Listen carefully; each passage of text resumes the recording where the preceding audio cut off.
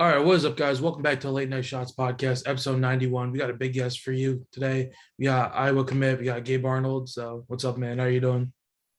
I'm good. I'm good. How are you guys? We're doing good. Doing well, doing well.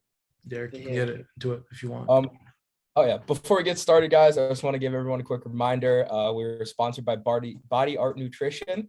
Link will be in the description below, and then you could use code HWTN20 at checkout to save 20% off your order. You did it right for once. Good job. Let's go. All right, so you can just get us started if you want. Yeah. Gabe, welcome to the show. Obviously, this is pretty exciting. You officially becoming an Iowa Hawkeye. So that's great. So what's it been like at 7 for you lately? How's that going? Man, I'm gonna be honest. It's been a roller coaster. Between last year and this year. With Coach Green leaving, and then COVID. Well, obviously COVID first, and then Coach Green leaving, and then getting a new head coach, finding a new head coach. Going through a season with a new head coach, and I did not a lot of people know, but I just got surgery on January 27th on my knee. So not many people knew, but that's why I missed, the last half of my season.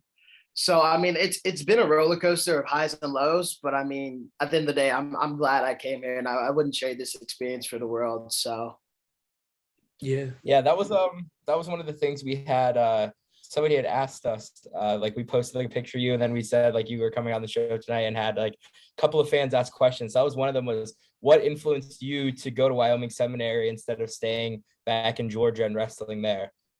yeah, it definitely wasn't an easy decision at all. I haven't since recently. I think like four years ago, my family and we moved up to North Georgia. I'm originally from Southwest Georgia, a small town called Albany. So we made that move and decided to move up north towards North Georgia. It was easier traveling. My dad got a better job opportunity as well. So, it just made a lot of sense. And, I was able to homeschool my last 2 years of middle school. So, being able to wrestle in different states and not have to worry about missing school when I can just do school as long as I got an internet connection. So, that all made sense. But like I said, it wasn't an easy decision at all, because I've always been a homebody, and, family has always meant a lot to me. So leaving my mom and dad definitely was not the easiest decision I had to make, especially as a 14-year-old kid. So, but I think what influenced me the most was just, my goals, and, knowing what I wanted to be by the time I hang up my shoes in this sport, and I knew that, of course I have great coaches in Georgia. I have a team of guys who love me at my club, Level Up, give them a quick shout out real quick. But, I got coaches like Coach Donovan and, Coach Terry Allison and all those guys, Coach Charlie Morris. I have like a good group of guys, around me, but it wasn't just the people around me. It was just, I needed a high level competition. I needed a higher level of training, so I think for me, that best place, and, kind of like almost like the college process, that's basically what this was like, trying to find a high school. I visited four different schools, I guess you could say. I visited one back in Georgia as well. But, it's kind of very similar to the college process, just a little less stress. But, I visited Wyoming Seminary, of course, the Baylor School in Chattanooga, Tennessee, Northfield Mount Herman in Massachusetts, and then the school that's like right down the street from me called Woodland High School. They've produced a lot of good Georgia kids, but, kind of like the same reason why I chose Iowa. I came here and, hearing Coach Green speak, and, it just felt like an automatic fit. And, this was the place where I was going to call home for the next 4 years of my life for high school. So. Yeah, I mean, I grew up 10 minutes right down the street from 7, so I know that area really well. So what was it like for you coming from Georgia, coming up to like a town like Kingston, PA, where what was that like, that transition for you? Well, the first thing was definitely the freaking weather. I do not like cold weather whatsoever. I don't like the snow.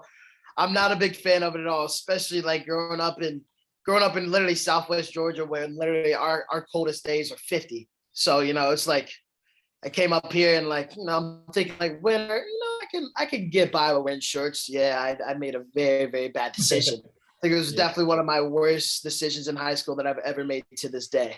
So, I think definitely for one, it was the weather. And that sim, it's basically like college, like I'm here in a dorm, I'm boarding. I basically live by myself almost, not really because I live in a dorm with a bunch of other, guys. I'm in an all guy dorm by the way. So, but like I said, yeah. So I'm basically by myself. I'm responsible for doing all my homework, making sure my room's clean, making sure stuff looks nice. Making sure I'm getting the practice on time, getting to school on time.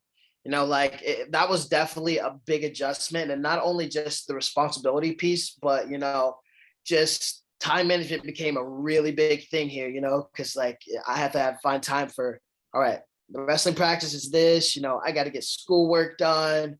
I got to still find time to socialize with friends and stuff like that. So balancing out those three things was definitely, my first year here, I was like, oh my God, like I was definitely doing a really, really bad job at it, just balancing all those things out. But, of course, as I matured and, I was here for a little bit longer, everything was a lot easier, like, just balancing out time, making sure things got done, being more responsible, staying on top of work, whatever the case may be. But I think besides the weather, definitely like just the managing of time and responsibilities was definitely a big change for me. So, Yeah. So obviously at SEM, you're in like New Jersey, PA is like the mecca really of high school wrestling. I want to say you guys, Blair, probably have two of the most intense schedules in the actual wrestling season. Your freshman year, you had a crazy match against Blair. I think you probably remember that. Kind of went viral a little bit. So you talk to me a little bit about that. Yeah, no, I think I mean that I think that week was honestly probably one of my best training weeks ever. I just was really focused in, and at the time I didn't know I was wrestling Master Giovanni. I thought the plan was still that I was going to wrestle TJ, and I didn't know that I wasn't wrestling TJ until I'm walking out to the mat and I see Master Giovanni. And it's like, oh well, guess I'm wrestling Master Giovanni today. So it was definitely, everything was going right. My weight was good. Just everything leading up to it was perfect almost, until, I get ready to go out there and step on a mat, I see Master Giovanni. I'm like, wow, like at first it was like one of those things like, excuse my language, but holy shit, I got to wrestle Master Giovanni. But, at the same time, it was kind of like, I've done all this by now, at this point I had placed third at the Ironman. I got sixth at power weight. I've competed with the best in the nation, guys like Patty Gallagher, Luca Augustine, let's see, AJ Kovacs, I've competed with all these high level guys at this point in time that, when I stepped on that line, I shook his hand. I knew I was ready for whatever that he was going to throw at me. So, everything was scoreless throughout, those first three periods. And I honestly thought, I kind of pushed him around the mat, kind of bullied him a little bit. And I thought I should have gotten a stall call, but, New Jersey refs, but I'm not going to talk about that. But, I definitely thought I should have gotten the stall call. There's a lot of excitement towards towards those, like the end of the second and like towards the end of the third as well. People thought he took me down, but no way in hell he did. But so it was definitely it was an experience, just being in that loud Blair crowd. And of course this year, like, it wasn't really just representative of like what Blair Sindel was really like, because we don't have there's no cap of how many people or, how many coaches can come in. Like, no, it was none of that. Like, those places are packed. There's people outside watching. So, it was an experience. And I think the coolest part was just being able to get that win against, a guy as a guy who was such a vet as Master Giovanni was. He was seasoned. He's been doing this for a very long time at this point. So, it was definitely a super cool experience getting that win, and, seeing all my teammates and, running up and jumping into Coach Green's arms it was definitely a moment to remember. And it's definitely something I'm going to always remember. I hope all my guys on my team who were on the team at that time remember it as well. I hope Coach Green remembers it, but, it was definitely, it's one of those once in a lifetime experience. It's not every day that you get to strap up against the number 2 kid in the nation and do what I did, So I think just, getting that takedown and getting that win, the time that I got, wasn't an easy takedown, like getting to Master Giovanni's legs, was not easy and still is not easy. So, I think for me to do it with such ease, it was just like, it wasn't necessarily a weight lifted off my back, but it was more of like a check mark that like, okay, I know I can take down the best guys in the nation. So, now I just got to go do it. So, it was definitely an inspirational moment for me, and, an encouraging moment. But like I said, it's one of those things, I will never, ever forget. It'll be in the back of my head until, like I said, until I hang up these shoes. So, Yeah. So, what's it called? Sem versus Blair, I think, is like a yearly thing now. Obviously, I think Bergen's there too. I want to say Del Barton's the third team. It's probably, I think. Yeah, I think so. Well, it's sometimes it depends. It's usually like us, Blair, Bergen, and then St. Ed's sometimes. Yeah. So I think it's always like four of the best teams in the country. I think. Yeah. It's a yearly thing, always huge crowds. You remember a while back, Bergen versus Blair, after AJ Ferrari just transferred. Where does this kind of stand for you? Because you're always going to like these Power Six tournaments and you're kind of like dominating them right now. This is just like team versus team. You're with your boys. Where does this stand for you, like in terms of like your favorite competitions? I think for me, I don't think I have a favorite competition, at least not yet. I think I've always loved the Ironman, even since my freshman year. I've loved the Powerade.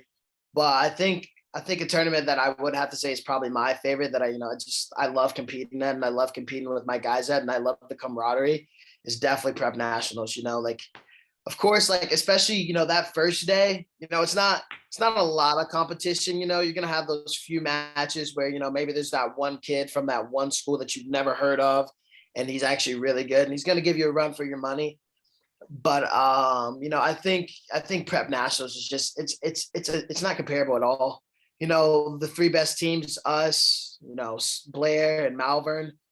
And just, I think this year was super exciting because we all had great teams. Malvern had guys like Jack Waymeyer and Nick Feldman and Jack Consiglio, and, just all these good guys on this team that, it was like, geez, like, if any of these teams have a good day, they're going to take home that team title. And even for me not competing, of course it hurt and it stung because, I knew I should have been out there, but, just not how God wanted things to be at that time. But, I think just watching that camaraderie from an outside vision just gave me a completely different perspective. Just as a spectator, just watching that camaraderie between the three teams. And, it's a cool thing. And just that second day of Prep Nationals is one of the best days in the country. You got number one versus number twos going down. You got top 5 guys wrestling. You got guys committed to top level D1 schools. Like, it's definitely a show when those semis and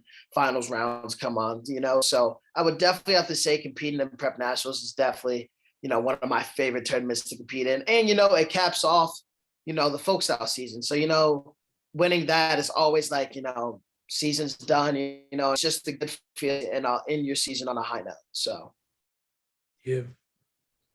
So what was it like for you, like that first day you walk into the STEM practice room and you walk in and you see guys like Bo Bartlett, Lachlan McNeil, the Blade sisters?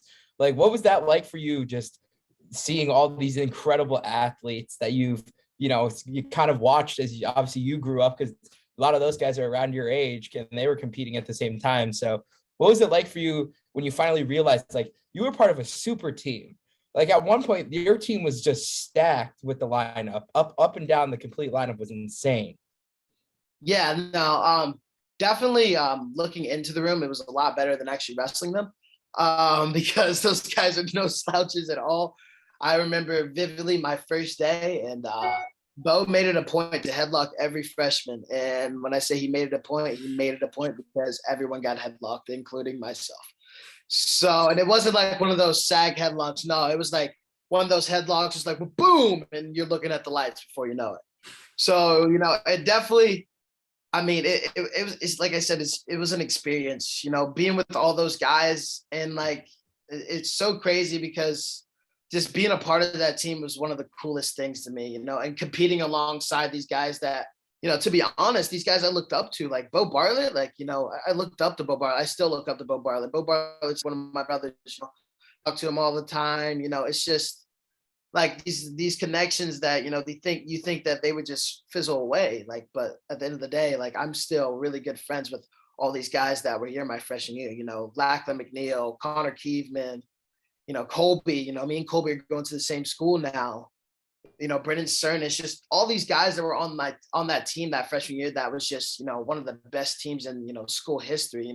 I think, it was a cool experience, and being able to have even that just 1 year with them, even though it wasn't a full year because of COVID, but just being able to compete alongside those guys, it was a cool experience. And, having them cheer me on and seeing them in my corner when I'm in an overtime match, which was probably every match they ever watched me wrestled. So, it was just a cool experience being able to, stand beside those guys and be like, I'm competing at the same level these guys are, and in that room, there was nowhere to hide. Even our backups, throw a backup in, I guarantee, too, but if we were to throw a backup in that lineup, I put, $50 on it that they would have placed top 2 at the prep nationals. So, that says a lot. There was nowhere to hide in that room. There's no getting an easy go. Like there was none of that. It was always, I'm getting the best of this guy. And, at the end of the day, we're going to bang, but at the end of the day, we're also going to be brothers. Yeah. So, it was a cool team camaraderie that we had, but, it was also a super cool team bond that we have with one another as well. So. Mm-hmm. And do you think, a room like that has, and a room and a school like that has kind of prepared you to go off to Iowa? Because I mean, obviously that's how that room has to be when you got Austin DeSanto and Spencer Lee in the same practice room. The fireworks have to be going off in that room all every day. Yeah, and I think that was, of course, I had all the top schools recruiting me. I was blessed to be put in that position, with all my abilities.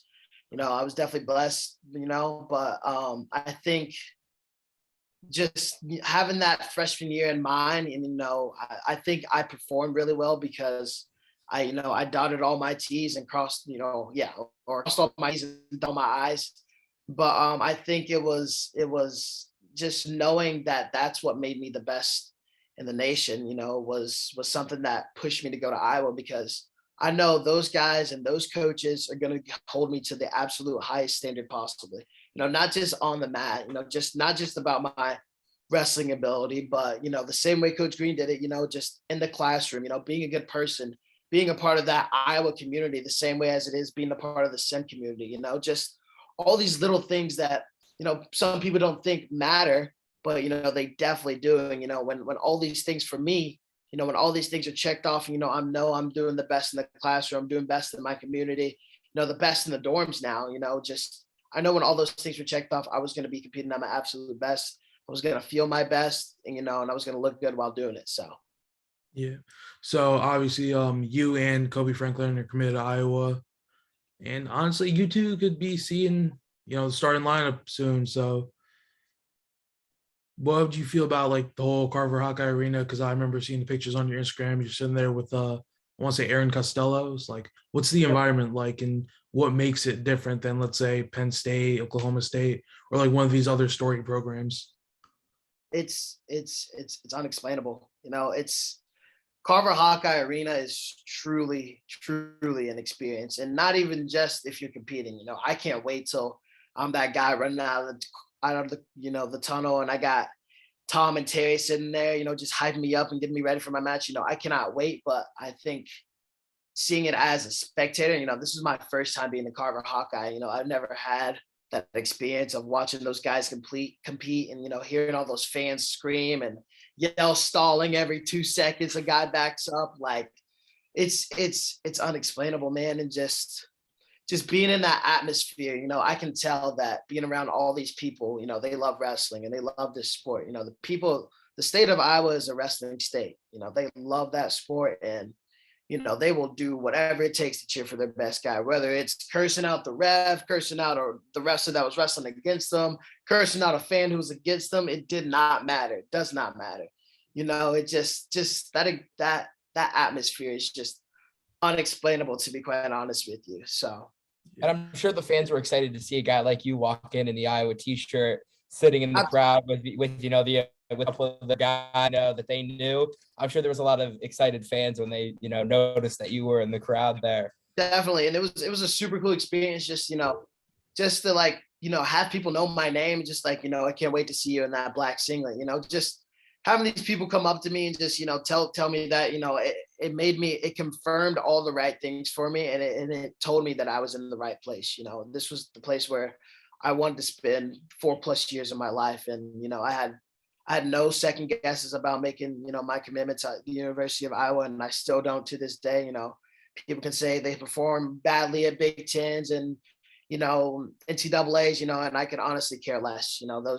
Those guys, Tom and Terry, they are some of the most upfront guys. They don't hide anything from you. Like, they are some of the best people I think I've ever met. And that's just from the little time that I have had with them. And I just think, they're just two God-fearing men, and those are the type of guys I want to be surrounded, for the next 4 years of my life.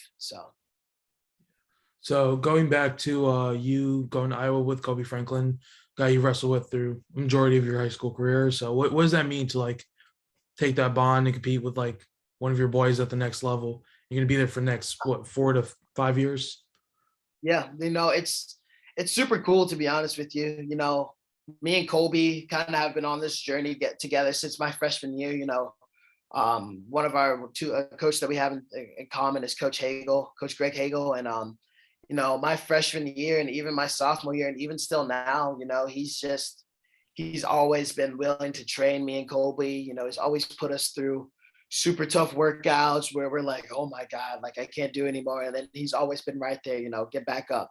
So, we've been with Coach Hagel for, the past, he's been with him longer than me just because, he's been training with him and he lives up here in PA. So he's been training with Coach Hagel longer than I have. But, ever since my freshman year, joining Kobe and Coach Hagel has been one of the, the greatest decisions I think I've ever made. Just finding a guy like Colby is very rare. Finding a guy like himself that has the same goals in mind, or willing to do the same thing I'm willing to do to reach those goals. Like finding that type of person is very, very hard to find. And, it's not just a wrestling bond we have about reaching the same goals, but, off the mat, we're some of the best friends, people would ever see, just being here in high school together. And, now somehow we've ended up on the same road together, going to college. So, it's a super cool experience, being able to share this with someone else that I have a really close bond with, and, someone that, I know is going to be there for me throughout in my corner, through life now. This is our second time, being on the same team together. So, I don't think it's by coincidence at all. I think we've been put here, to be by each other's side and, stick with each other and, just keep pushing each other to reach those big goals that we both have, which is Olympic champ, NCAA champ, world champ. So, I think there's a reason that we've stuck together, through these past, passes of life. So, I think it's a really cool thing to, be on the same team as Colby again. So. Yeah. Yeah.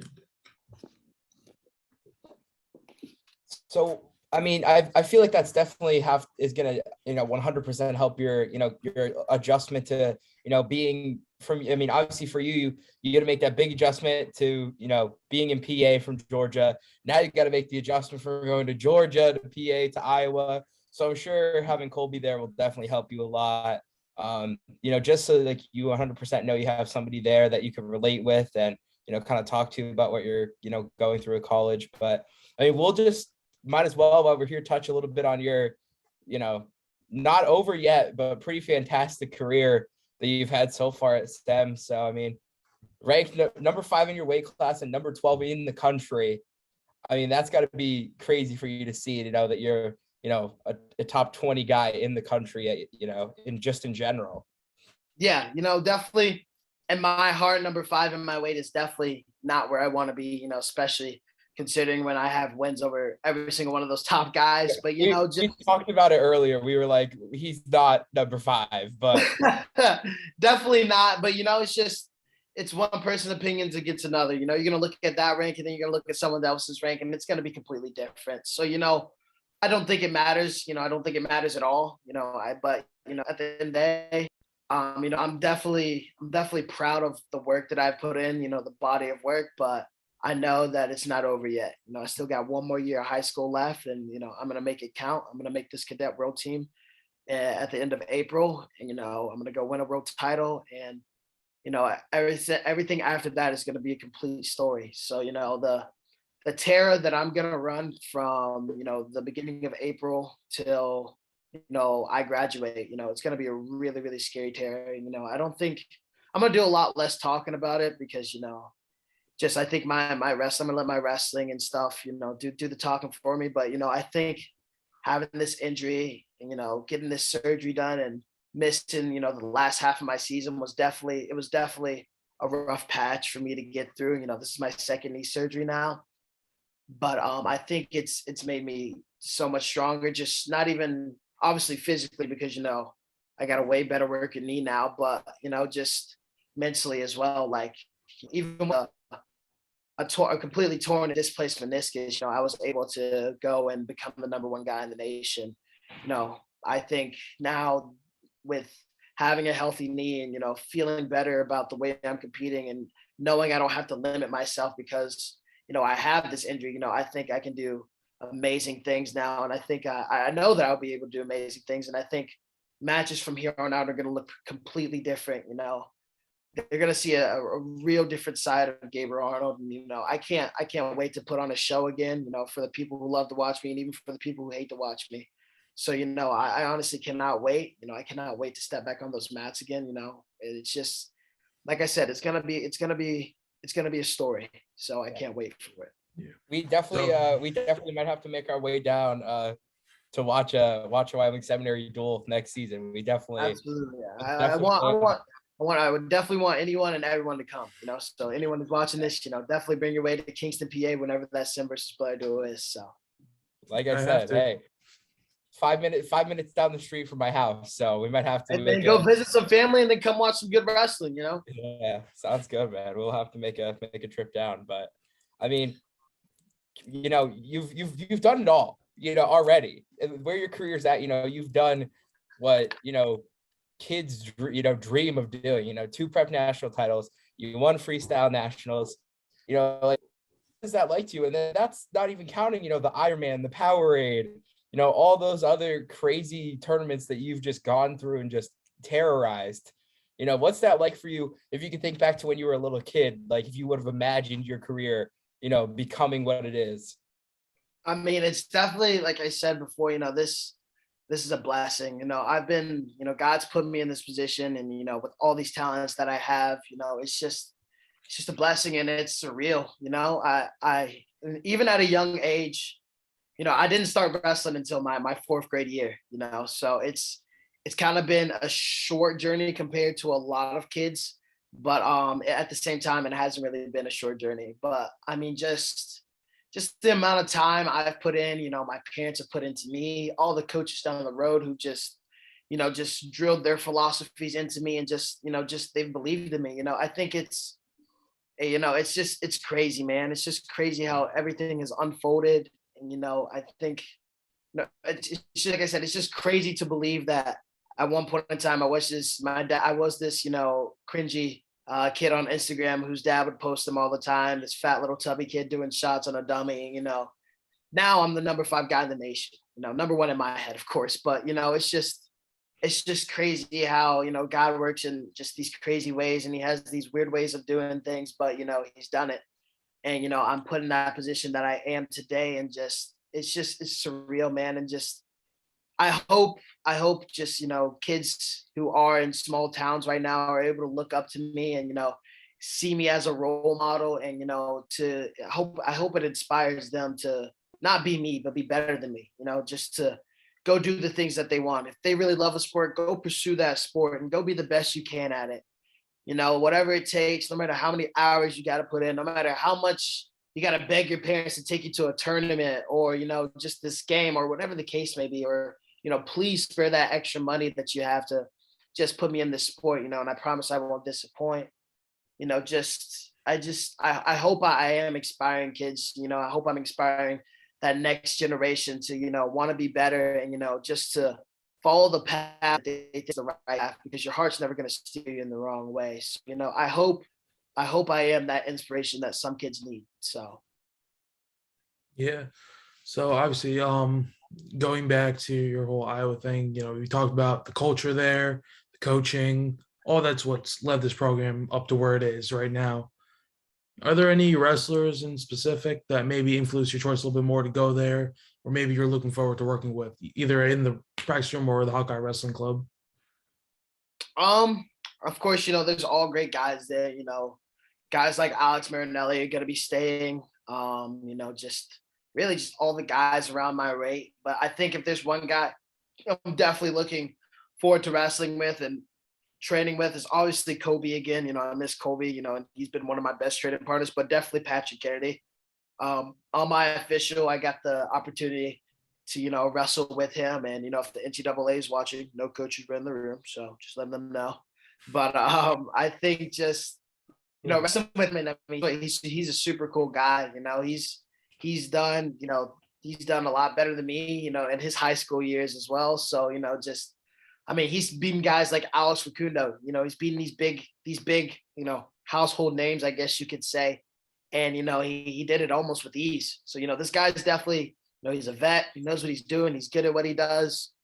And, like I said, I got the opportunity to wrestle with him on my official. And it was, he's really skilled, I'm excited because I know a guy like that they're going to break this mold that, people think Iowa wrestling is. I think it's just going to be a lot of, just hand fighting and, shooting one shot and fans yelling, stalling, which, I mean, that'll probably never change. But, I'm going to be I guess you could call it the Penn State of Iowa.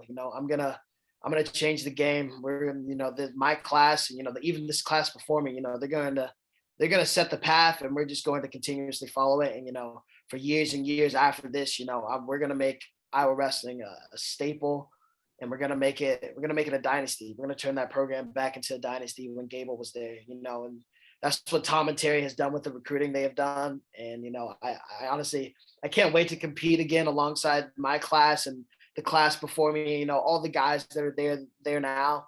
It's just, like I said, it's going to be an experience, and it's going to be something fun to watch because, mark my words, we're going to turn Iowa wrestling into a dynasty once again. And it's going to be something super cool to be a part of, but, it's going to be even better that I'm saying it now, and it's going to happen in a couple of years. So. I mean, that's insane.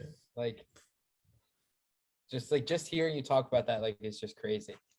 I never really thought about all those guys that are in that room. Yeah, I mean, not even the guys in the room, but the guys that are coming now. My class is shaping up to be one of the best classes in Iowa wrestling history. Guys like myself, Ben Keeter, Nate Jussaroga, Ryder Block. These aren't any scrubs. Nate Jussaroga is a freaking cadet world bronze medalist. Ryder Block, he's a Super 32 placer, multiple time Iowa State champ. There's a Fargo placer, World Team Trials finalist. Or no, I think he got third, but I can't remember. He got third because he lost in the semis. But these are studs, man. And I can't, like I said, it reminds me a lot of my freshman year, being here. I can't wait to compete alongside those guys. And we've already, the cool part is that we've already developed a bond with one another. We're all in a group chat right now, and we talk all the time. Whether it be after us competing or just. Those guys lifted me up a lot when I was really in a deep spot about a dark spot about my injury. Just, they were just like, yeah, man, you're going to come back better than this. Just these guys there, we're not even on the same team yet. And just having them, encourage me really, really meant a lot. So, the bond that we're going to have has already started. So, I honestly cannot wait to be competing alongside those guys and, just living with them for the next, 4 or 5 years of my life and just being, some of the best of friends, I cannot wait. So. Yeah. So, obviously, so the goal, right? The goal is, dominate your senior season, go to Iowa, dominate that, move on to a senior level. What are your plans at for college? I'm going to be an Olympic champ. I'm going to be a world champ. And, I mean, not gonna be a generational goal, but I'm gonna be a GOAT. So I'm I'm definitely gonna be, I don't know if it's what I want to do to be one of the greatest of all time, because that means a lot of wear and tear on my body. But I'm definitely not a guy like Jordan Burroughs. He is a king for a reason. I don't know if I'll ever be able to do what he's done. Probably not. But I'm gonna be damn close to it. So just maybe not the competing super long fit part. I don't know if I'm gonna do that yet. But definitely just I'm definitely gonna be an Olympic champ. I'm definitely gonna be a world champ. And during that time, I'm gonna be a herpetologist. Which is study of reptiles and amphibians. I've loved reptiles ever since I was a kid. So, definitely get into the field with that, play with some venomous snakes, risk my life, it's gonna be some fun stuff, just figuring out, I'm going to have to figure out how to balance that, how to do my real job and then do the job that I love to do. So, it's going to be fun, but, we'll worry about that part when I get there. But, like I said, can't wait. I've been prepared to be put in this position, and I can't wait. So yeah. So I think one interesting thing that stood out to me about what you said was, I want to be a GOAT, but I don't want to maybe stay in the sport for too long after college. Obviously, a big guy who did this was Gables Stevenson. So won the Olympic gold, 21 years old, only competed in one real international tournament at that point. And he came back, won his second national title, leaves his shoes out on the mat, and just going on with his life. So what are your thoughts about that? I think he did what a lot of guys wanted to do. I think a lot of guys have wanted to end, out on top. And I think Gable has, also been, blessed with such gifts and such talents where, he is a GOAT and he got to end on top. And now he's going to go make tons and tons of money. And he's going to, there's no one's going to take away that Olympic gold medal or those 2 NCAA titles away from him. He ended his wrestling career, which I don't think it's done yet, but he ended his wrestling career as a GOAT. He's beaten some of the best guys in the world at 125 kilos. Nick Wazowski. It's crazy. Just Gino Petrosvili, Taha Akul, like these guys that have been in this sport for a long time and they've been team circuit for a long time, and just Gable has basically made quick work of them. Taha Akul beat 8-0. Gino Petrosvili, he had to score in the last few seconds, but he was kind of controlling that match and shouldn't have even been that way because he should have got a 4-point move, but still won. That's all that matters. But just he's a guy that he's definitely one of those guys I look up to, and I've been fortunate enough to talk to him before. I've been on Instagram Live and had him join my live, and he's said a few things in the comment. It's been super cool, and I've geeked out about it. My dad's met him at NCAAs and taken a picture with him and Yanni before. So, it's cool that, that there are guys that I can look up to like that. I think, I don't want to model my career after him, but I'm going to do something, definitely similar, but just a lot better. So. Yeah. So the big question is right now, do you think Gable comes back for a super match with Zaire? Gable's become a businessman at this point. So if the price is right, he'll do it. I mean, he's a smart man, and he's obviously, he signed this big contract with WWE now. So, like I said, if the money is right, he's definitely going to do it. And, I think he's going to put on a show again for all of us to see. He's definitely going to put some work on Zaire, it would definitely be a sight to see, and I'd love to see it. But, if the money is right, I definitely think he does it. And if the fans say they want it, Gable's definitely going to do it. So. I bet I might have to host that in a couple of years. Who knows? For sure. But yeah, Derek, you can get into your questions. Oh yes, my favorite part of the episode. We asked some fun questions, kind of close everything out on some good moments. So we're gonna start with the fresh one. I've never actually asked anybody this, but you've won so many competitions, so many tournaments. What is your favorite trophy that you have ever been handed after winning a tournament? It's a tough one. Been handed a lot of things. That's a tough one. I think honestly, it's a close tie between the gold jacket at National Preps. Yeah, I was gonna say it has to be that gold jacket. Like, it's a tough choice between the gold jacket and the stop sign, but I think I'm gonna go with the stop sign on this one. Really? I think I don't know, just as a kid watching all those guys on Fargo, like literally on my dirty computer watching guys compete at Fargo. It's like it's so cool, like just watching those guys get given their stop sign and get to sit there and take the picture. I think it was something I always wanted to get. And, when I finally got mine, I was like, yes, like, thank God, finally, especially after having such a disappointing, Cadet World Team Trials, like, I think like a couple weeks before or a couple months before. But, it was just getting that stop sign. I was like, yeah, this thing's pretty sick. And then I actually, like, after that, I went to go eat at B-Dubs and, like, I literally put my wings on top of it. So it was a super cool moment. So. Being that we're heavyweight nation, we have to ask you a food related question. So what's the go-to STEM cafeteria food? Because I've never heard anything about how, the STEM cafeteria, but what's it like? What's the go-to food? Man, I don't know. Sometimes their food is sometimes a miss. I'm not gonna lie. Like one day we had eggplant parmesan, and I was like, what the hell is this? So, but if I'm being completely honest, I'm always looking at the dessert station. They always got good stuff over there. And they usually never miss, unless when they have like mint pie, then I'm just like, I'm gonna pass on that one. But anything else is pretty good. So, you can always find my eyes looking there first when I walk into the cafeteria. So all right, and then final question. We asked this to everybody. This has been a staple since we started having these type of guests on. Do you take 4 of your teammates to bring with you in the zombie apocalypse? Who would you pick? And a quick explanation on why each one of them. Are you sure this has to be posted? I don't know, man. Oh, that's a tough one. Your survival super team. Who would it be? Your 4 teammates. All right, survival super team. Well, number 1, I'm taking the heavyweight DJ.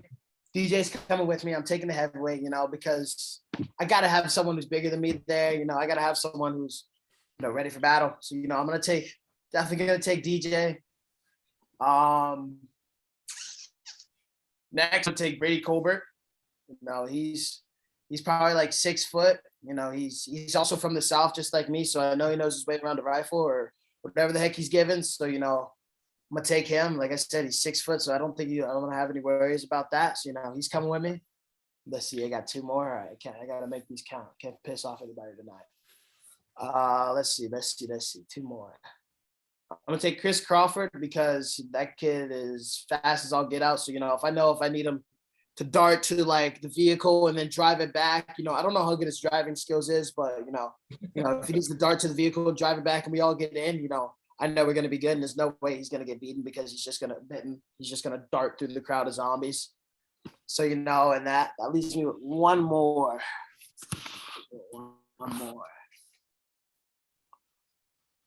I'm going to take Meyer. I'm taking the Cadet World Champ with me. Maybe he can like grab his belt and medal, flex it a little bit. I think like if I'm like remembering right, like zombies don't really like bright things, or maybe that's vampires. I don't know. I think it works the same thing. Yeah. We'll call it that. It's the same thing, but I'm gonna tell Meyer to whip out the medal and the belt, and maybe it like shines on them too much, and they just don't like it and like run away.